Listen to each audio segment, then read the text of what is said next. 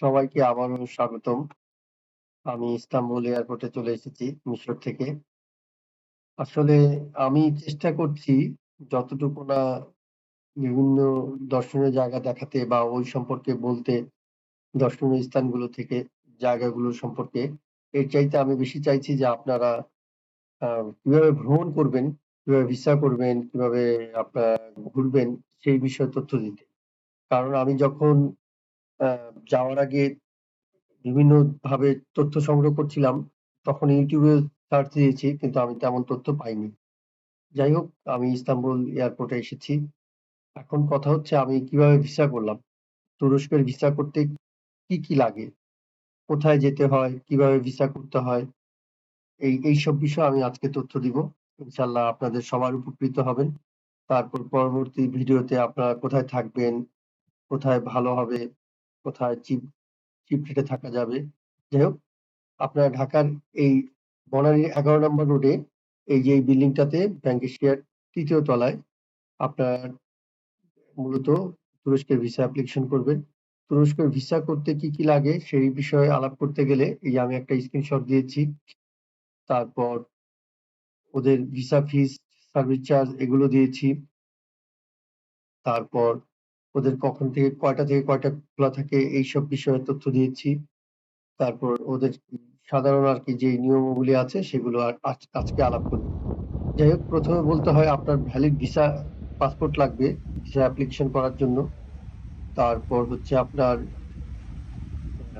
পাসপোর্টের বায়ো পেজের ৩ page photocopy লাগবে। যদি কালার হয় ভালো, যেটা কি প্রথম পেজ পাসপোর্টের সেটা লাগবে। আপনার ৩ কপি ছবি লাগবে, যেটার ব্যাকগ্রাউন্ড থাকতে হবে সাদা এবং ম্যাট পেপারে হতে হবে। সাইজ হবে হচ্ছে 2 x 2 ইঞ্চি। আপনার ন্যাশনাল আইডি কার্ডের ফটোকপি লাগবে। তারপর ট্রাভেল ইন্স্যুরেন্স এটা ওরা দিয়ে দিবে।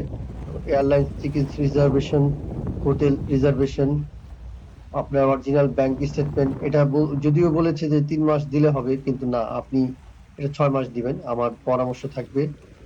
আর ব্যাংক সলভেন্সি লাগবে, কাভারিং লেটার লাগবে। তারপর আপনি আপনার সম্পর্কে একটা ইন্ট্রোডাকশন লেটার বলছে, এটা দিলে হয়, আমার না দিলেও সমস্যা নেই, কারণ আমি না দিয়েই করেছি। তারপর ট্রেড লাইসেন্স লাগবে। তারপর income tax return, ৩ certificate, businessman employee দুই ক্ষেত্রেই দরকার হবে। আর যদি আপনি এমপ্লয়ি হন আপনার এনওসি লাগবে, ভিজিটিং কার্ড লাগবে, অফিসিয়াল আইডি কার্ড লাগবে।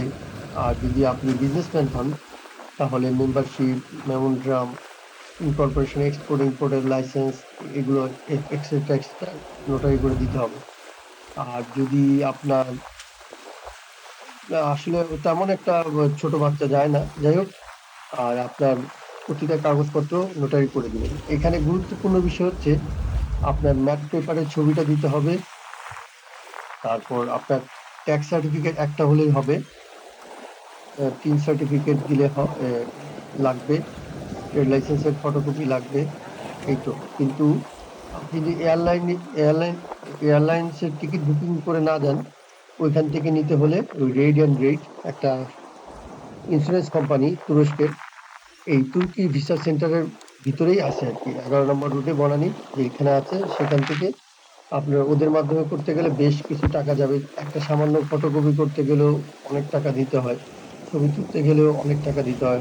হোটেল বুকিং এসব সবকিছুর জন্য ওরা সাহায্য করে, কিন্তু অনেক ব্যয়বহুল খরচে। আর তুরস্কের ভিসার সম্পর্কে প্রথমে বলতে গেলে বলতে হয়, আমি নিজে করেছি। আমি একটা জিনিস উপলব্ধি করেছি, আমি ফ্যামিলি সহকারে করেছিলাম, যে আসলে সাধারণ যে কেউ তুরস্কের ভিসা বাংলাদেশ থেকে পায় না। এটা আমার অভিজ্ঞতা হয়েছে, কারণ আমি অনেকগুলো ফাইল সাবমিট করেছিলাম, আমি আমার বন্ধু-বান্ধব সকলের। তখন দেখতে পেয়েছি যে ম্যাক্সিমাম লোকই ভিসা পাচ্ছে না, এবং আমিও অনেক ফাইল সেখানে ভিসা হয়নি। ভাগ্যক্রমে আমার হয়েছে, যেহেতু আমার আগে ইউএসএ ঘোরা ছিল, ভিসা ছিল, এবং আমার ফ্রেন্ডেরও পরিবারেরও হয়েছে, ওর যেহেতু ভিসা ছিল, সে কারণে হয়েছে, কিন্তু ম্যাক্সিমামে হয় না। আপনারা কারো রঙিন বিজ্ঞাপনে, কারো কথায়, কোনো ট্রাভেল এজেন্সির কথায় হুট করে তুরস্কে ভিসার জন্য অ্যাপ্লাই করবেন না। আপনাদের প্রতি অনুরোধ রইল, কারণ বাংলাদেশ থেকে তুরস্কের ভিসাটা অ্যাকচুয়ালি খুব ভালো পাসপোর্ট, ভালো ব্যাকগ্রাউন্ড না থাকলে বিজনেসের বা চাকরির, সেক্ষেত্রে ওরা ভিসাটা দেয় না। ওরা আর এই সবচাইতে বেশি ভিসা ফিস নিয়ে থাকে ট্যুরিস্ট ভিসার ক্ষেত্রে বাংলাদেশে। ইউএস এর থেকে, ইউএস এর চাইতেও বেশি আরকি। টোটাল ইন্স্যুরেন্স ওদের যে প্যাকেজ এভরিথিং নিয়ে এখন প্রায় ইউএস এর কাছাকাছি বা ইউএস এর বেশি হবে। তুলনামূলক ওরা ভিসার রেশিও খুবই কম এবং ওদের টাইম লাগে বেশি। মিনিমাম আপনার 1 মাস থেকে 1 মাস 5 দিন লাগে মূলত ওদের ভিসাটা হাতে পেতে। এই যে সুলতান আহমেদ মসজিদের বাইরে দিয়ে আমরা আরকি ঢুকলাম। আমরা পরবর্তী পর্বে দেখবো সুলতান আহমেদ মসজিদটা দেখবো। এই যে বাম পাশে দেখা যাচ্ছে, এটাকে বলে ব্লু মস্ক। যাই হোক, সেই বিষয়ে আমরা পরে ভিডিওতে আরকি জানবো। এখন কথা হচ্ছে ওরা ভিসা অ্যাপ্লিকেশনে সামান্য থেকে সামান্য ভুল ধরে আপনার, হ্যাঁ? আর ওরা একটা বায়োমেট্রিক নিবে, আর ভিসা ফর্ম পূরণ করতে হয় না। এটা একটা সুবিধা আছে। যখন আপনি ভিসা অ্যাপ্লিকেশন জমা দিবেন তখন যে কেউ রিপ্রেজেন্টেটিভ অনলাইনে আপনার ভিসা ফর্মটা ফিল আপ করে দিবে ওইখানেই। সুতরাং আপনার কোনো ভিসা ফর্ম পূরণ করে যেতে হবে না। যদিও ওদের রেড অ্যান্ড রেডেড ইন্টারন্যাশনাল ওদের ওয়েবসাইটে আছে একটা ভিসা ফর্ম আছে, কিন্তু ওগুলো আসলে পূরণ করতে হয় না। আপনি শুধু এই কাগজপত্রগুলো নিয়ে নোটারি করে যাবেন। যাওয়ার পর ওরা আপনার কাগজ চেক করবে, চেক করার পর আপনাকে একটা টোকেন দিয়ে বসতে বলবে। তখন আপনাকে এই ইনডোরের ভিতরে যে ছবিটা আমি দিয়েছি ওইখানে বসে থাকার পর আপনাকে ডাক দিয়ে নাম ধরে আপনার ফর্মটা ফিল আপ করবে। আপনি কতদিন থাকতে চান। যদি আপনাকে ভিসা দিবে 6 মাসের, সে তবুও তারা আপনাকে জিজ্ঞেস করবে আপনি কয়দিন থাকবেন। যেমন আমি বলেছিলাম 10 দিন থাকবো, যেহেতু আমার কভার লেটারে লিখেছিলাম যে আমি 10 দিন থাকবো। আর আমি মূলত ইস্তাম্বুলে ঘুরেছি, ইস্তাম্বুলই উল্লেখ করেছি। এক্ষেত্রে যদি ধরেন আমি এরকম ফাইল পেয়েছি যারা ইস্তাম্বুলের বাইরে আরেকটা ওদের আরেকটা ই আছে হচ্ছে আপনার মানে যেখানে ওই ইয়ে ঘুরতে পারা যায়, ওই ক্যাপাডোসিয়া নামে একটা জায়গা আছে। ওটাতে তখন ওইখানকার হোটেল বুকিং চাইবে, নানান ভাবে আপনার পয়সা খোয়াতে চাবে হচ্ছে রেড অ্যান্ড রেড। সুতরাং আপনি খেয়াল করে আপনি শুধু ইস্তাম্বুলেরটাই দিবেন, হ্যাঁ? যারা অ্যাপ্লাই করবেন আর কি, যাদের ভালো দেশের ভিসা আছে তারাই অ্যাপ্লাই করবেন। আদারওয়াইজ দেখা যায় যে তুরস্কের ভিসাটা তেমন একটা দেয় না। যদি তুরস্কের ভিসাটা দিত, তুরস্কের ভ্যালুয়েবল ভিসা, কারণ ওদের ভিসাটা ওদের অর্ধেক সাইট পড়েছে ইউরোপিয়ান সাইট আর অর্ধেক এশিয়ান সাইট। যাই হোক, কিন্তু তো ওরা একটু আমাদের সাথে একটু দ্বিমাত্রা সুলভ আচরণ করে। মিশরের চাইতে ওদের ভিসাটা একটু টাফ, ওরা ভিসা দিতে চায় না সচরাচর। আর যদি যাদের দেয় তাদের দেখা যায় যে লং টাইম একটা অনেক টাকা থাকতে হয়, ভালো ইনকর্পোরেশন থাকলে, তারপর ম্যানেজিং দিয়ে বড় পদ থাকলে, বড় বড় কোম্পানি থাকলে তাদেরকে মূলত দিয়ে থাকে। আমি ফ্যামিলি দিয়েও দেখেছিলাম যে আর কি চেষ্টা করেছিলাম, ফ্যামিলিদের দিয়েও দেখেছিলাম, কিন্তু আসলে তারা মূলত যাদের একটু প্রোফাইল একটু মিডিয়াম কোয়ালিটির তাদেরকে ভিসা দেয় না। সুতরাং কারো কথায় কারো প্রলোভনে পা দিবেন না। কারণ কিছুদিন আগে আমি গুলশানে একটা এজেন্সিতে গিয়েছিলাম, সেখানে দেখলাম এক লোক 10,000 টাকা দিছে সার্ভিস চার্জ, 10,000 করে তার ফ্যামিলি 4 জন মেম্বারদের জন্য সার্ভিস চার্জ দিয়েছে 40,000 টাকা। তার ঘোরা আছে 3টা দেশ। এখন এই লোকের কি আর কখনো তুর্কি ভিসা হবে? এবং পরে জানা গেছে যে হয়নি। বুঝেছেন? এরকম আর কি হয়। সুতরাং একটু আপনারা সতর্ক থাকবেন তুরস্কে অ্যাপ্লাই করার আগে। আর ম্যাক্সিমাম যাদের কিছু দেশের ভিসা আছে, যেমন ধরেন এই ইউকে, ইউএসএ, কানাডা, এসব দেশের যাদের ভিসা আছে তারা মোটামুটি ই ভিসা নিতে পারে আর কি। 62 এখন হচ্ছে $62 খরচ হয়, $62 খরচ হয়। সুতরাং আপনি ইজিলি নিতে পারেন। আমি অ্যাপ্লাই করলাম কেন? কারণ আমি ভিসা নিতে পারতাম, না আমার ফ্যামিলি মেম্বারদের ছিল না। আর মোটামুটি আমার অ্যাকাউন্টে ভালো অ্যামাউন্ট ছিল, প্লাস হচ্ছে আমার কাগজপত্র সব ঠিক ছিল, আমি কোনো ডুপ্লিকেট কাগজ ব্যবহার করিনি। এই নানান কারণে আর কি আমি আমার মনে হয়েছে আমি ভিসাটা পেয়েছি। এরকম ভালো ভালো প্রোফাইল অনেকেই অ্যাপ্লাই করে অনেক সময় ভিসা পায় না। আর ওদের ওইখানকার যে ভিসা সেন্টারে মোটামুটি আপনার অ্যাপ্লিকেশন ফর্ম পূরণ করার পর বায়োমেট্রিক নেবে, আপনাকে কিছু বসায়, তারপর আফটার দ্যাট সে আপনাকে ছেড়ে দিবে। আর ওদের এখন ভিসা ফি হচ্ছে সিঙ্গেল এন্ট্রি 3 মাসের জন্য $180, 6 মাসের জন্য সিঙ্গেল এন্ট্রি $200, মাল্টিপল এন্ট্রির জন্য প্রথমবার মাল্টিপল এন্ট্রি দিবে না, যদিও 12 মাসের জন্য $340। আর ওদের দুটো লাউঞ্জ আছে, লাউঞ্জ আপনাকে অফার করবে, নরমাল লাউঞ্জ, ভিআইপি লাউঞ্জ। আপনি চেষ্টা করবেন ওদের যে শিডিউলটা রয়েছে আর কি, সকাল 9টা থেকে 1টার মধ্যে জমা করতে। মূলত ওরা যদিও লিখে রেখেছে যে 2টা, আসলে 1টা থেকে 2টা ওদের লাঞ্চ ব্রেক থাকে, সুতরাং ওই সময়টা আপনার অ্যাপ্লিকেশনটা জমা নিবে না। 2টার পরে 2টা থেকে 4টা, 4:30 পর্যন্ত তারা ওই ভিআইপি যারা থাকে, ভিআইপি প্রিমিয়াম লাউঞ্জ যারা ব্যবহার করে তাদেরটা জমা নেয় আর কি। এটা হচ্ছে বিষয়। আর ওরা পাসপোর্টটা দেয় হচ্ছে আপনার 2টা থেকে বিকেল 5টা পর্যন্ত। এইটাই হচ্ছে। আর রমজানের সময় ওদের একটু চেঞ্জ হয়, যে কখন কি দিবে এইসব আর কি চেঞ্জ হয়। আর ওদের যারা বাংলাদেশে অফিসিয়াল এবং ডিপ্লোম্যাটিক তাদের জন্য একটা আলাদা, তাদের জন্য এই সুবিধাটা রয়েছে। যাই হোক, আর আমি আগেই বললাম যে আর আপনি যখন ই ভিসার জন্য অ্যাপ্লাই করবেন তখন দেখবেন যে অনেকগুলো ফেক ওয়েবসাইট আপনার সামনে চলে আসছে। সুতরাং আপনি যদি রিয়েল ওয়েবসাইটটা যেতে চান এবং ই ভিসা করতে চান তাহলে www.evisa.gov.tr এই ওয়েবসাইটে যে আপনার খুবই সহজ, আপনার পাসপোর্টের বায়ো পেজটা আপলোড দিতে হবে, যাওয়ার পর আপনি ক্রেডিট কার্ডের মাধ্যমে সেখানে ভিসাটা করতে পারবেন। আর ওইটা খুবই সহজ হয় আর কি। আর এটা ট্যুর পারপাসে এবং ব্যবসায়িক পারপাসে মূলত দিয়ে থাকে। স্টাডি যারা করে তাদের স্টাডি ভিসা বা ওয়ার্ক ভিসার ক্ষেত্রে এই ভিসাটা দেওয়া হয় না আর কি। আর তুর্কি এম্বাসি হচ্ছে আপনার মূলত মাদানি অ্যাভিনিউ, এটা ইউএস এম্বাসির কাছাকাছি, অপোজিটে। কিন্তু ওরা ভিসা অ্যাপ্লিকেশন সেন্টারে মূলত ওদের ভিসাটা পাসপোর্ট কালেকশন করে, ভিসা অ্যাপ্লিকেশন জমা নেয় এবং ফেরত দেয়। এই হচ্ছে বিষয়। আর আপনারা চাইলে যারা চান যে আপনাদের ফাইল প্রসেস করে দেবে, আমার সাথে যোগাযোগ করতে পারেন। আমি মেইল অ্যাড্রেস দিয়ে দিব, ওর মাধ্যমে আমি আপনাদের সহযোগিতা করতে পারবো। যেভাবে কভার লেটারটা সুন্দর হয়, তারপর আপনার এয়ার টিকিট, হোটেল বুকিং, এইসব কারণে অনেক সময় অনেক চার্জ করে ফেলে অনেক এজেন্সি, কিন্তু আসলে এইসব ক্ষেত্রে খুব সামান্য খরচ হয় এজেন্সিগুলোর, ট্রাভেল এজেন্সিগুলোর। কিন্তু 10,000 টাকা নেওয়া তুর্কি ভিসার জন্য service charge is too much. হ্যাঁ, এবং এত টাকা নেওয়ার কোনো মানে হয় না।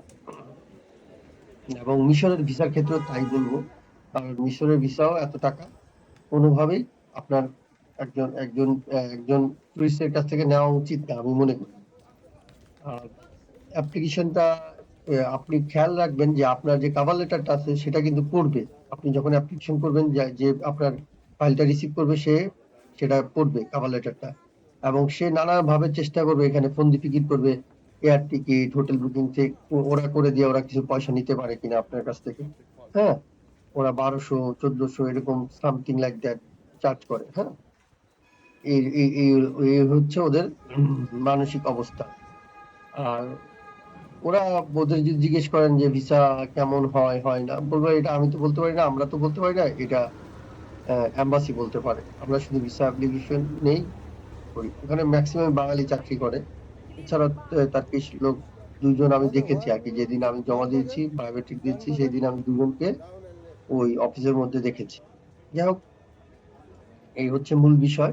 সুতরাং যারাই আপনারা তুরস্ক যেতে চান, তুরস্ক খুবই সুন্দর একটি দেশ, কিন্তু তুরস্কে যাওয়ার পর যেই ধরনের ঘটনা ঘটে সেটা আপনাদের সাথে আমি পরে শেয়ার করব। কিভাবে তুরস্ক গেলাম। আমি যেহেতু মিশর তুরস্ক একসাথে ভ্রমণ করেছি, সেহেতু আমার একটা ভীষণ ছিল মোটামুটি আমার জন্য রিজনেবল ছিল ভ্রমণ করাটা।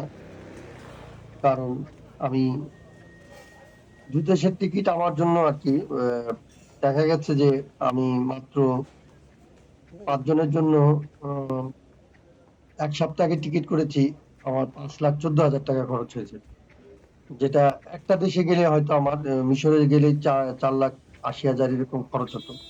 এই ক্ষেত্রে আমার অনেকের কাছে আরকি অনেকের জন্য পরামর্শ থাকবে যারা পরিবার নিয়ে ঘুরতে চান কিংবা বন্ধু-বান্ধব নিয়ে ঘুরতে চান। তারা মূলত ১ম এ আপনারা করবেন হচ্ছে মিশরের ভিসা। মিশরের ভিসা যদি থাকে আর যদি দুবাই যদি ভিসা থাকে, সেক্ষেত্রে কভার লেটারে লিখতে পারবেন যে আপনি মিশর, তুরস্ক একসাথে ভ্রমণ করতে চান। এটা একটা পজিটিভ দিক। হ্যাঁ? আপনার যখন ভিসা অফিসার দেখবে যে আপনি মিশর, তুরস্ক এবং মিশরের ভিসা আছে, আপনার এয়ার টিকিট বুকিং করা আছে ওইভাবে আইটিনারি অনুযায়ী, তখন সে আপনার প্রোফাইলটা ভালো করে খেয়াল করবে। আর পরিবার নিয়ে মূলত ভিসাটা ইজি হয় সব দেশের ক্ষেত্রেই। সিঙ্গেল অল্প বয়স হলে পরে আসলে দিতে চায় না। আর আমার যেহেতু ইউএস এর ভিসা ছিল, আমার বিষয়টা একটু ডিফারেন্ট আরকি। সেক্ষেত্রে আপনার পরামর্শ থাকবে যেকোনো একটা দেশ আপনারা সাথে নিবেন। যারা তুরস্কে এপ্লাই করবেন। দেখা যাবে যে ২০, ৩০, ৪০,০০০ টাকার মধ্যে যদি পরিবার নিয়ে একটু বাড়ান বাজেটটা, তাহলে আপনার হয়ে যাচ্ছে আরকি ঘোরাঘুরি। আর এইদিকে যে যেমন থাকা খাওয়ার বিষয়টা বলি আপনাকে। থাকাটাও কিন্তু আপনার অনেক ক্ষেত্রে এবং যাতায়াতের ভাড়া টোটাল সবকিছু মিলেই আরকি আপনি একটা বিশেষ সুবিধা পাবেন সব জায়গায়। কারণ যখন আপনি একা ঘুরবেন আর একাও যদি ভিসা করেন, তখন আপনার ২, ৩ জন, ৪ জন, ৫ জন মিলে ঘুরলে পরে আপনার ট্রাভেলটা অনেক সাশ্রয়ী হবে।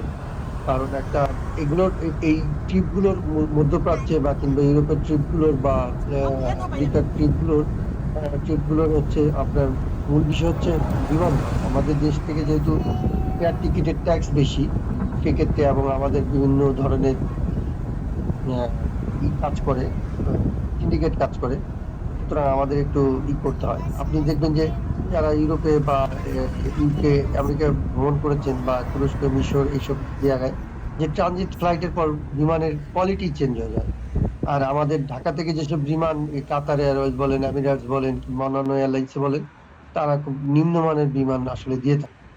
যাই হোক, সেক্ষেত্রে বিমানের টিকিটটাই আসলে আমাদের মূল খরচ।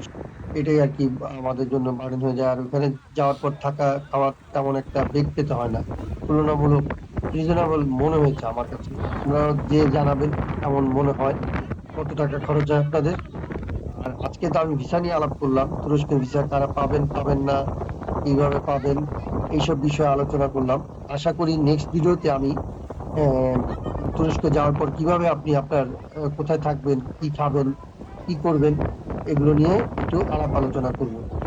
এবং আশা করি আপনাদের আমি ২ টা ভিডিওতেই তুরস্কের বিষয়টা শেষ করার চেষ্টা করব। কারণ আমি আসলে প্রফেশনাল ভিডিও তৈরি করি না।